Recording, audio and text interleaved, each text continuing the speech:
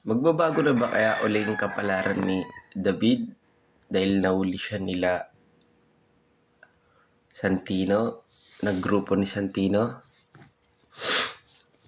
At magagawa kaya nila tanggol yung mission nila bilang double cross nila si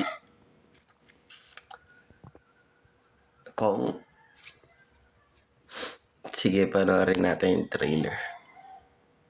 Sa pag-ikot ng gulong ng buhay, 3 araw, hindi kayo makakabayad ng utang. Eh di iilitin ko na lang tong bahay ninyo. iikot pabalik ang kapalaran. Matagal kong tinrabaho si Gustavo. Papatayin kita. Paano kung malaman ni Marites at Tangkol ang sikretong matagal kong itinago? Magiging napakamapanganib sa oras na pasukin ng mga girero ang aming mga buhay. Lalagapak ang mapagmataas. Santino, bilang ka ng kamay ko, kailangan maging agresibo pa tayo sa pagbebenta ng kalakal natin. Sino yun? May tao! Huli niyo! Hoy! Sandali! Sandali na! Lakas ng loob mo? Sino ka? Santino, tulungan mo ko. Kuya to ni Santino. Malapit to sa tatay ng pulis. Uluhin na natin to. Santino! Santino! Ang maprinsipyo Wala namang trabaho. Patutunayan ko sa lahat may tataguyod kong pamilyang ito sa wastong paraan. Sino ka ka na Hildaya? Huwag ka dito! madedesperado. Huwag kang gulo! Ano mga lasyo?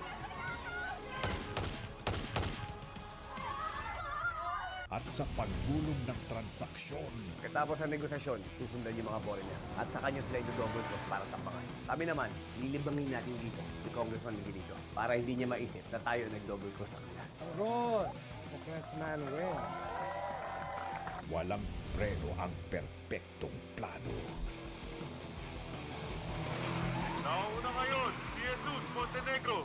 Habang umahabol naman si Congressman Miguelito. Mag-ingat ka. Dalawa na lang kayo ni Kong na naglalaban. Talagang si Tanggol ang nauna. Pipilit umahabol ni Miguelito. Pero sadyang iba talaga diskarte ni Tanggol. Hindi importante kung sinong mauna. Importante matapos ang trabaho bago matapos ang karera. Dumidiskarte si Miguelito. Sinusubukan niya.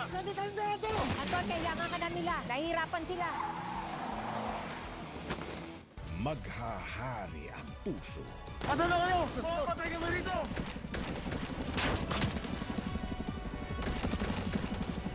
Sa lupa man o sa ere. Kailangan namin si Tanggol!